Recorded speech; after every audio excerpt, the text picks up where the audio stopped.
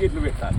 పెద్దలు ధర్మపురి శాసనసభ్యులు ప్రభుత్వ విప్ గారు పేర్కొన్నట్టు అటు ధర్మపురి మండలం కానీ ఇటు బీర్పూర్ మండలం కానీ ఈ రెండు మండలాలు కూడా ఏదైతుందో అటు అప్పర్ రీచ్ ఏదైతుందో రొల్లవాగు ప్రాజెక్ట్, టేలెండ్ ప్రాంతం అంతా ఏదైతున్నదో లిఫ్ట్లపై ఆధారపడినారు. రెండు మండలాలు కూడా ధర్మపురి కానీ బీర్పూర్ కానీ.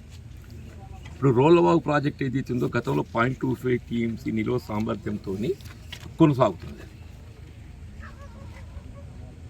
దాన్ని ఏదైతుందో ఆధునీకరణటువంటి ఆలోచన ఏదైతే తెర మీదకి రావడం జరిగిందో 1 టీఎంసీకి నిల్వ సామర్థ్యం పెంచాలి, పెంచగలిగినట్టయితే ఇంకా వాటర్ రెగ్యులేట్ అవుతుందని చెప్పిన భావనతోని మరి వాళ్ళు ఆలోచనతో చేసిండ్రు ఏంటో కానీ అసలు ఇప్పుడు ఈ 0.25 టీఎంసీకి 1 టీఎంసీకి పెరుగుదల చేయాలని తలంచినప్పుడు అదనంగా సబ్మెర్జెన్స్ వచ్చేటువంటి ఒక ఫారెస్ట్ ల్యాండ్ ఏదైతే ఉందో దానికి సంబంధించి ఫారెస్ట్ డిపార్ట్మెంట్తో అనుమతి పొందటానికి ప్రతిపాదన అనేది మీరు ఎస్టిమేట్ని పొందుపరచాలి. ఇది ఎస్టిమేట్ని పొందుపరచాలి. అదేమైపోయిందంటే వీళ్ళ రాష్ట్రంలో కాంగ్రెస్ ప్రభుత్వం ఏర్పడేంత వరకు కూడా ఈ 0.25కి 1 టీఎంసీకి ఇది నిల్వ సామర్థ్యం పెంచడంతో అదనపు సంబంధించి ఏదైతే వస్తుందో ఫారెస్ట్ రిజర్వ్ ల్యాండే దానికి సంబంధించినటువంటి ఒక సేకరణ ప్రక్రియ అసలు ప్రతిపాదనని వాళ్ళు రూపొందించలేదు. రాష్ట్రంలో కాంగ్రెస్ ప్రభుత్వం ఏర్పడ్డ తదుపరి అక్కడ ధర్మపురి లక్ష్మణ్ గారు ఎమ్మెల్యే గెలవడమే కానీ ఈ ప్రతిపాదన ఏదైతుందో మేము ప్రభుత్వ దృష్టికి తీసుకెళ్ళటము అప్పుడు ఇది ప్రతిపాదించడం. సరే, ఇది రొటీన్ ప్రాసెస్. దానికి కావాల్సినటువంటి ఒక ప్రత్యామ్నాయ రెవెన్యూ ల్యాండ్ వల్ల సమకూర్చాలి. ఆ ప్రత్యామ్నాయ రెవెన్యూ ల్యాండ్ సమకూర్చడానికి కొరకు ఏదైతుందో జిల్లా కలెక్టర్ గారు దాన్ని వర్కౌట్ చేస్తూ అది జరిగిపోతుంది. ఇప్పుడు ఈ లోపల రైతు ఇబ్బంది జరుపుకుంటూ ఉండాలనంటే ఆ 0.25 టీఎంసీ నీరు నిల్వ చేయడానికి ఫారెస్ట్ డిపార్ట్మెంట్కి ఎటువంటి అభ్యంతరం ఉండకూడదు. ఎందుకంటే ఆల్రెడీ సబ్మర్జ్డ్ ల్యాండ్ కాబట్టి. బిగించినా కానీ 0.25 టీఎంసీ కంటే అదనంగా నీరు నిల్వ చేసినప్పుడు మాత్రమే ఫారెస్ట్ డిపార్ట్మెంట్ వాళ్ళ ప్రత్యామ్నాయ ల్యాండ్ సమకూర్చి అనుమతులు వచ్చేంత వరకు వాళ్ళు అనుమతించారు. 0.25 టీఎంసీ వరకు ఏది వాళ్ళ అభ్యంతరం తెలపడానికి కూడా అవకాశం లేదు. ఇది గతంలో రివ్యూలలో శ్రీధర్ బాబు గారు వచ్చినప్పుడు లక్ష్మణ్ కుమార్ గారు అందరం కూడా వారి దృష్టికి తీసుకెళ్ళినాం. తర్వాత ఇరిగేషన్ శాఖ మంత్రి దృష్టికి తీసుకెళ్ళినాం. ఇప్పుడు ఏంటంటే గతంలో మీరైతే అనుభవపూర్వకంగా చూస్తుంది ఇక్కడ ఆ 0.25 టీఎంసీ కావాల్సినటువంటి ఒక నిల్వ సామర్థ్యాన్ని షట్టర్స్ బిగించి రైతులకు ఏదైతుందో ఈ విధంగా ఇబ్బంది ఇంతవరకు ఏ విధంగా కొనసాగిందో అది జరగకుండా చూడాలి, ఇబ్బంది జరగకుండా. దానికి వాళ్ళ విప్ గారు పేర్కొన్నట్టు ఏదైతున్నదో అటు సంబంధిత శాఖ మంత్రి గారితో మాట్లాడమే కానీ కలెక్టర్ గారి ఆధ్వర్యంలో వర్క్ ఏ విధంగా ప్రొసీడ్ కావాలి ఆ చర్యలు చెప్పడం. ఇప్పుడు ఏదైతే రబీకి సంబంధించి వెంటనే ఇప్పుడు గత సంవత్సరం ఏదైతుందో తాత్కాలికంగా మీరు బండ్ ఏర్పాటు చేసి నీళ్ళు ఇచ్చారు. ఇప్పుడు తాత్కాలికంగానే ఇప్పుడు 3 మాసాలు పంటకు నీళ్ళు ఇవ్వాల్సిందే. ఒకటి శాశ్వత ప్రక్రియ, రెండవది ఈ పంట రబీ పంట మనం కాపాడాలి. ముందు ఈ రబీ పంట కాపాడుకోవాలి మనం. దాంతో టేలెంట్కి సంబంధించి ఇటు మన బీర్పూర్ మండలానికి సంబంధించే కానీ ఇటు కింద ధర్మపురి మండలానికి సంబంధించే కానీ ఒక దాదాపు 10 లిఫ్ట్లు ఉన్నాయి. ఈ 10 లిఫ్ట్లు కూడా టేలెంట్ ప్రాంతం పూర్తిగా గోదావరి నది పైన ఆధారపడిన. పైన ఏదైతుందో ఈ సదర్మడ్ బ్యారేజ్ దగ్గర గేట్లు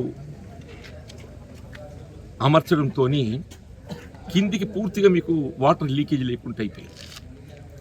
సాధారణంగా మనం ఫిబ్రవరి మార్చిలో సమస్య ఉత్పన్నమవుతుంది ఎప్పుడైనా కానీ.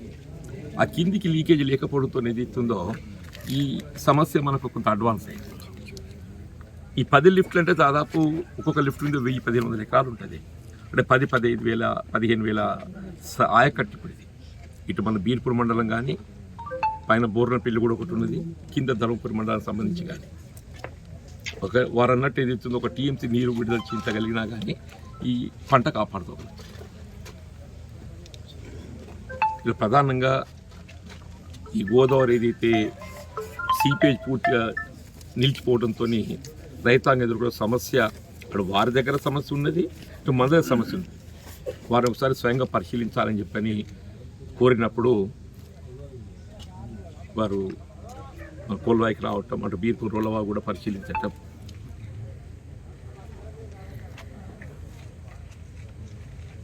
ఇప్పుడు దీనికి కావాల్సినటువంటి అక్కడ టీఎంసీ 1 టీఎంసీ నీరు విడుదలకు అట్లాగే ఏదైతుందో ఆ రోలవాకు సంబంధించి ఇప్పుడు ఈ పంట కాపాడటానికి ఏ విధమైన చర్యలు చేపట్టాలి, రబీ పంట మనం కాపాడటానికి ఏ విధమైన చర్యలు చేపట్టాలి, శాశ్వత పరిష్కారం ఏదైతే జాప్యం అవుతుందో దాని కొరకు కూడా చర్యలు చేపట్టడానికి వారి దృష్టి తీసుకుపోవడం జరిగింది. ఇదే మనకున్న సమస్య ఈ ప్రధానం ఇదే. అంటే గతంలో కూడా మీరు అన్నట్టు ఏదైతుందో ఇక్కడ ఒక బ్యారేజ్ నిర్మాణం చేస్తే బాగుంటుందని పరిశీలన చేయడం జరిగింది. ఈ గోదావరి ఒక బ్యారేజ్ నిర్మాణం చేసినట్టయితే లైక్ సదర్మట్లాగా వాటర్ ఇంత అవుతాయి. ఇంత 1000 కోట్లు ఇది వచ్చినట్టుంది అంటే 1000 కోట్లు వచ్చినట్టుంది అంచనా. అది కూడా ప్రభుత్వ పరిశీలన ఉన్నది. ముందైతే మనకు నడుస్తున్న కార్యక్రమం నడవాలి. అది ఏందే రైతాంగం అంతా గోదావరి లిఫ్ట్పై ఆధారపడ్డ రైతులు మొత్తం సుమారు 10 నుంచి 15 వేల ఎకరాల ఆయకట్టు ఏదైతే అనుకున్నటువంటి పరిస్థితుల్లో గోదావరి మొత్తం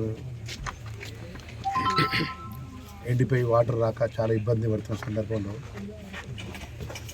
పెద్దలు శాసనమండలి జీవన్ రెడ్డి గారి దృష్టి తీసుకెళ్ళి ఈరోజు నేరుగా స్వయంగా వచ్చి గోదావరి పరిస్థితి ఏందో, ఇక్కడ నుండి రైతుల పరిస్థితి, గోదావరి పరిస్థితి, రైతులు ఏ విధంగా ఆదుకుంటాం అనే విషయంలో కూడా మనకు సంబంధించినటువంటి ఇరిగేషన్ మినిస్టర్ పెద్దలు ఉత్తమ్ కుమార్ రెడ్డి గారి దృష్టికి తీసుకెళ్ళి మరి ఈ ప్రాంతానికి లిఫ్ట్పై ఆధారపడి రైతులను ఆదుకునే విధంగా ఒక టీఎంసీ వాటర్ వదిలే విధంగా వారికి దృష్టికి తీసుకెళ్ళి నేను పెద్దలు జీవన్ రెడ్డి గారు మా వంతు ప్రయత్నంలో పూట రైతులకు ఇబ్బంది కాకుండా చూసుకోవాలని చెప్పి ఈరోజు రైతులతో ఇక్కడ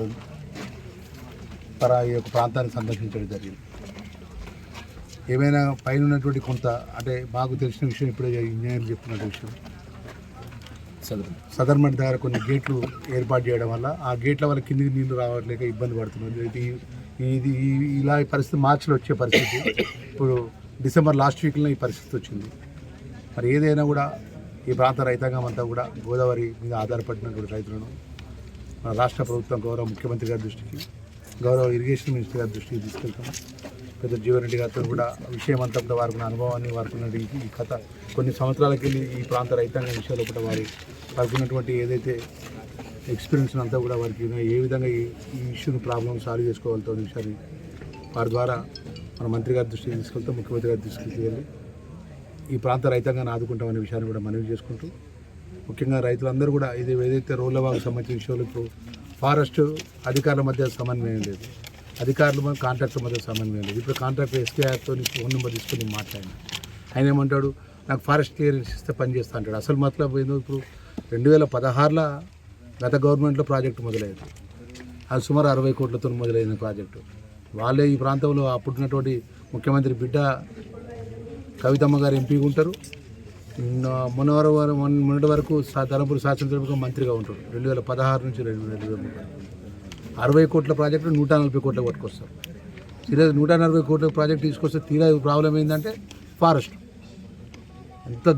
ఎంత వాళ్ళకు వ్యక్తిగతమైన ఎజెండా పెట్టుకొని గత ప్రభుత్వంలో పనిచేసిన పెద్దలు పనిచేసిందంటే ఏ విధంగా ఇళ్ళ కమిషన్లు వస్తాయి, ఏ విధంగా కాంట్రాక్టర్ ముంగడ పెట్టుకొని ఏ విధంగా మోడర్న్ పేరు మీద రీడిజైన్ పేరు మీద ఏ విధంగా దంచుకోవాలని తప్ప ఇది మరో కాళేశ్వరం చేసింది. దీన్ని ఇప్పుడు రోలవాగు మరో కాళేశ్వరం ప్రాజెక్ట్ చేసింది. దీన్ని ఇప్పటి వరకు దానికి ఇప్పుడు మేము గత 6 నెలల కింద ఈ విషయాన్ని ఇరిగేషన్ మినిస్టర్ గారి దృష్టికి మేము తీసుకెళ్ళాం. నేను పెద్దలు జీవన్ రెడ్డి గారు వారు కలెక్టర్ గారితో కలెక్టర్ గారు ఏమంటారు, నేను ఫారెస్ట్ డిపార్ట్మెంట్ సమన్వయం చేసుకొని మేము గవర్నమెంట్ రాసినామంటారు. ఫారెస్ట్ డిపార్ట్మెంట్ ఇప్పటివరకు ఆన్లైన్ ఎన్రోల్ కాలేదంటూ. అసలు ఇదంతా కథ ఏంటంటే గత కొన్ని సంవత్సరాలుగా ఇరిగేషన్ అధికారులకు వాళ్ళే లాంగ్ స్టాండ్గా ఇక్కడ టీఈలుగా పనిచేసుకుంటూ పనిచేసుకుంటూ కాంట్రాక్టర్లతో ములాఖాత్ అయిపోయి సరి అయిన సమాచారం పైనటువంటి అధికారులకు ఇవ్వకుండా ఏదో వచ్చినప్పుడు సమస్య వచ్చినప్పుడే ఆధారాబాధారా చేసుకుండి రైతులను తీవ్ర ఇబ్బందుల పాలు చేసేటువంటి పరిస్థితి ఇక్కడ ఏర్పడింది. ఈ గత 2016లో మొదలైన 7 సంవత్సరాల కింద మొదలైనటువంటి ఈ యొక్క నిర్లక్ష్యాన్ని మరి తక్షణమే మరి దాన్ని పరిష్కరించే విధంగా మన సంబంధిత నేను ఎస్కేఆర్ ఆ కాంట్రాక్టర్ని కూడా నేను నేరుగా రేపు శనివారం పొద్దున కలెక్టర్ గారు రమ్మని చెప్పిన. ఎస్కేఆర్ నేను ఫోన్లో అడిగిన, సార్ ముంగట నేను అడిగితే ఏదైతే ఇప్పుడు జీవన్ రెడ్డి గారు చెప్పినట్టు 1.5 టీఎంసీ ఏదైతుందో 0.25 టీఎంసీకి సంబంధించినటువంటి దాని విషయంలో ఇబ్బంది కాకుండా ఫారెస్ట్కి ఇబ్బంది కాకుండా తక్షణమే సెటర్ ఏర్పాటు చేసి అక్కడ మరమ్మతులు చేసినట్టయితే రైతును ఆదుకోవచ్చు. అదేనా తక్షణం పని చేస్తారా చేయరా, అది ఇప్పటికే సెటర్కి ఇప్పుడే ఆర్డర్ ఇవ్వలేదు అంటారు. మరి అది ఏ విధంగా చేస్తారు? తాత్కాలికంగానే మరమ్మతులు చేసి ఈ ప్రాంత రైతులను ఆదుకునే విధంగా మరి సంబంధించిన అధికారులతో మాట్లాడడం జరుగుతుంది అనే విషయాన్ని కూడా తెలియజేసుకుంటూ, ఏదేమైనా ఇప్పుడు రైతుల కష్టం వచ్చిందంటే గతం ప్రభుత్వంలో ప్రజాప్రతినిధులు ఏ విధంగా ఉండేది మీకు తెలిసేది. ఈరోజు పెద్దలు జీవన్ రెడ్డి రాత్రి 8:30కు సార్కి ఇట్లా చేసిందంటే నాకు లక్ష్మణ్ నేను కూడా ఇన్న సమస్య ఇట్లా ఉన్నది అని చెప్పి పొద్దున్న సారే ఫోన్ చేసాడు. రోలబాబు కాదు, మనం గోదావరి కూడా చూద్దాం. గోదావరి మీద ఆధారపడ్డ రైతులు ఎప్పుడు మన ధర్మపురి ఏదైతే జైతాల్ కాన్స్టిట్యూన్సీ అక్కడి నుంచి బోర్నపల్లి అక్కడి నుంచి మొదలు పెడితే అప్ టు నీకు రాయపట్నం దాకా లిఫ్ట్ ఉన్నాయి.